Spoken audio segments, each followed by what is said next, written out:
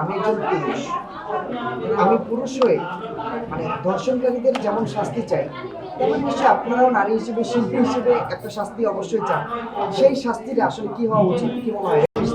আমি তো মানুষ হিসেবে শাস্তি চাই, সকল অপরাধীর বিচার হোক, এটা একটা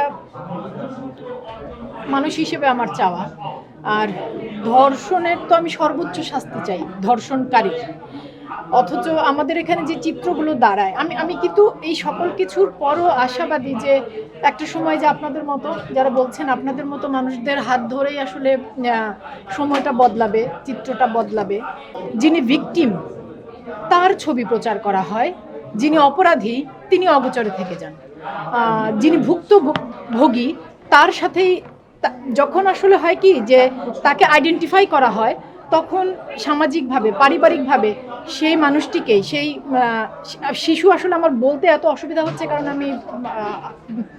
আমি কি বলবো, আমি আসলে মানে সেই সন্তানের পরিবারকে, তাদের পরিবারকেই এত ভোগান্তির মধ্য দিয়ে যেতে হয়, সামাজিকভাবে, পারিবারিকভাবে, আইনগত সহযোগিতা পাচ্ছি না। সেই সব কিছু মিলে আমাদের সবার আসলে একটু নতুন করে ভাববার সময় হয়েছে। আমরা একটু মানুষের মতো আচরণ করি, আমার এছাড়া আর কিছু বলার নেই। আর অপরাধীর, ধর্ষণকারীর আমি সর্বোচ্চ শাস্তি চাই।